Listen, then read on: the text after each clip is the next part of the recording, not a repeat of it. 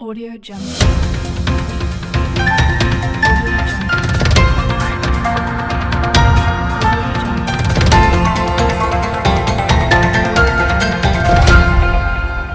Audio Jungle.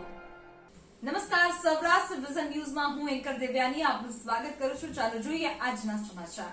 માણાવદરના BAPS Swaminarayan મંદિર ખાતે પ્રથમ ભવ્ય પાટોત્સવ ઉજવાયો, જ્યાં ભગવાન શ્રી સ્વામિનારાયણ અને અક્ષર બ્રહ્મ શ્રી ગુણાતીતાનંદ સ્વામી અનેક વખત પધાર્યા છે તેવી પાવનભૂમિ માણાવદર ખાતે આવેલ બીએપીએસ શ્રી સ્વામિનારાયણ મંદિર ખાતે ભવ્ય પ્રથમ પાટોત્સવ ઉજવાયો હતો.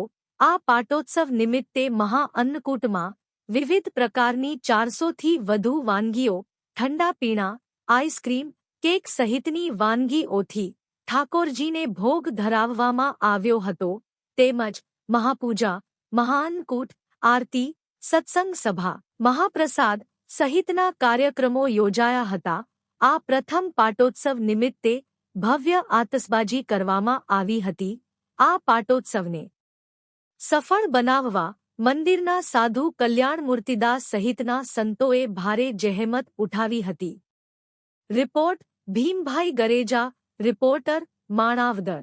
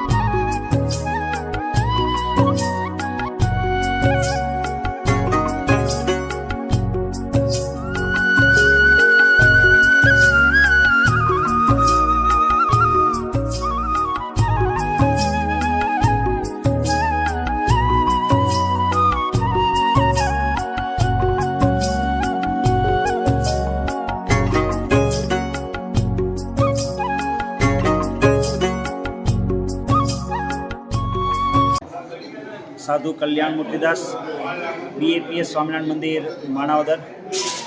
ખાસ એક વર્ષ પહેલાં ગુરુ હરિ મોહન સાહેબ મહારાજની આજ્ઞાથી માણાવદરની અંદર ભવ્ય અને દિવ્ય મંદિરની પ્રતિષ્ઠા વિધિ થઈ અને એક વર્ષ બાદ આ પ્રથમ પાટોત્સવ છે.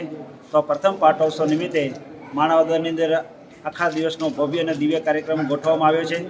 સવારે 8:30 થી 9:30 દરમિયાન ભવ્ય દિવ્ય અને મહાપૂજા વિધિ બધાએ લાભ પ્રાપ્ત કર્યો તમામ હરિભક્તોએ. બપોરે 12 વાગ્યે બધાએ આરતીનો અને અન્નકૂટનો થાળગાળનો બધાએ લાભ લીધો.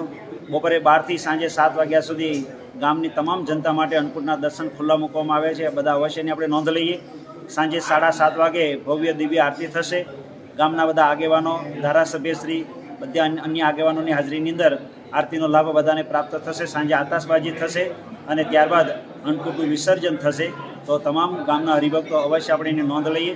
અને પ્રથમ પાટોત્સવે ભગવાનને વિવિધ પ્રકારના બધા પકવાનો માણાવદરના મહિલા મંડળ દ્વારા સરસ મજાના બનાવવામાં આવ્યા છે અને એ ઠાકોરજી આગળ ધરવામાં આવ્યા છે.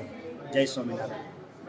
જીવનને સારું અને ભવ્ય જીવવા માટે ફક્ત રૂપિયાની જરૂર નથી. જો તમારી અંદર કલા અને કૌશલ્ય હશે તો તમે બધું જ મળી જશે.